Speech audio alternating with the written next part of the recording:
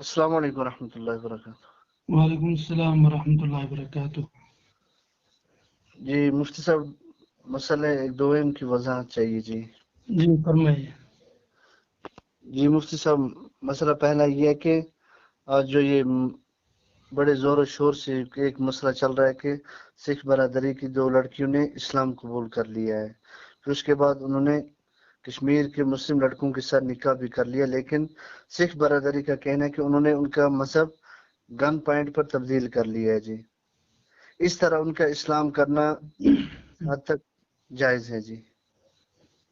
مسئلہ نمبر 2 ہے، پھر ان کے ساتھ جو نکاح بھی کر لیا ہے، لیکن نکاح ہی کی بنا پر انہوں نے اسلام بھی قبول کیا ہے، اس کا شرعی حکم کیا ہے جی؟ براہ کرم وضاحت فرمائیں جی۔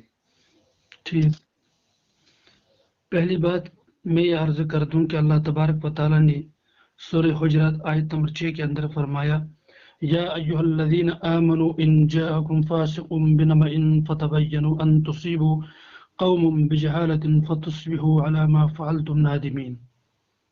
اللہ تعالیٰ نے اس آیت کے اندر فرمایا کہ اے ایمان والو، اگر کوئی فاسق تمہارے پاس کوئی خبر لے کر آئے تو اچھی طرح جانچ پڑتال کیا کرو، اس بات کی تحقیق کیا کرو، کہیں ایسا نہ ہو کہ تم نادانی سے کچھ لوگوں کو نقصان پہنچا بیٹھو، پھر اپنے کیے ہوئے پر پچھتانا پڑے گا اور ندامت بعد میں اٹھانی پڑے گی۔ لہذا بات کو اچھی طرح تحقیق کرنا چاہیے، پھر اس بات کو آگے بڑھانا چاہیے۔ افسوس سے کہنا پڑتا ہے کہ بہت سے لوگ ایسے ہیں کہ جن کے بارے میں ہم حسن ظن نہیں رکھیں گے، لیکن وہ بلا تحقیق بات کو آگے بڑھا دیتے ہیں، بعد میں اس بات کی اصلیت پتہ چلتی ہے کہ اصلی حقیقت اس بات کی کیا ہے۔ لہذا بات کو اچھی طرح تحقیق کرنا چاہیے، پھر اس کو آگے بڑھانا چاہیے۔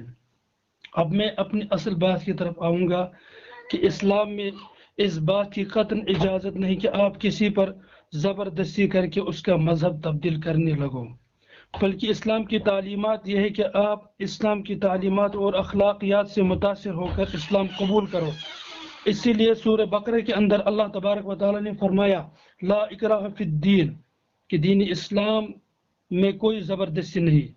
اور جن دو لڑکیوں کا مسئلہ اس وقت منظر عام پر ہے کہ انہوں نے اپنا مذہب تبدیل کر کے دو مسلم لڑکوں سے نکاح کیا ہے، اگر انہوں نے عشق و محبت میں گرفتار ہو کر نکاح کیا تو آگے چل کر اس بات کی کوئی گارنٹی نہیں ہو سکتی ہے کہ وہ مذہب اسلام پر بھی قائم رہیں گے یا نہیں۔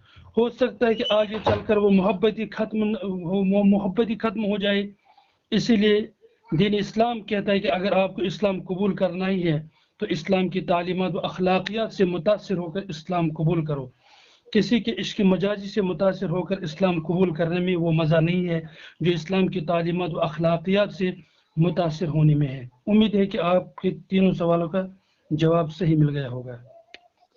جی مفتی صاحب، اس کے بعد آپ دنیا کے لوگوں کو کیا پیغام دینا چاہتے ہیں جی؟ میں یہی پیغام دینا چاہوں گا کہ آپس میں بھائی چارگی قائم رکھیں، انتشار پھیلانے کی ضرورت نہیں ہے، اور مسلمانوں کو میں خاص طور پر یہ پیغام دوں گا کہ آپ اپنے ماحول کو ٹھیک کیجیے، آس پاس نظر رکھیے اپنے مسلمان بھائیوں پر بہنوں پر، کہ ان پر محنت کیجیے اسلام کی۔ ہمیں اسلام یہی سکھاتا ہے کہ اپنے اوپر پہلے محنت کرو، اپنے گھر والوں کو بچاؤ اور آس پاس ان کو بچاؤ، اچھی تعلیمات دو ان کو۔ تو یہ میں آخری میں پیغام دینا چاہوں گا۔ بہت بہت شکریہ مفتی صاحب آپ کا۔ السلام علیکم ورحمۃ اللہ وبرکاتہ۔ وعلیکم السلام ورحمۃ اللہ۔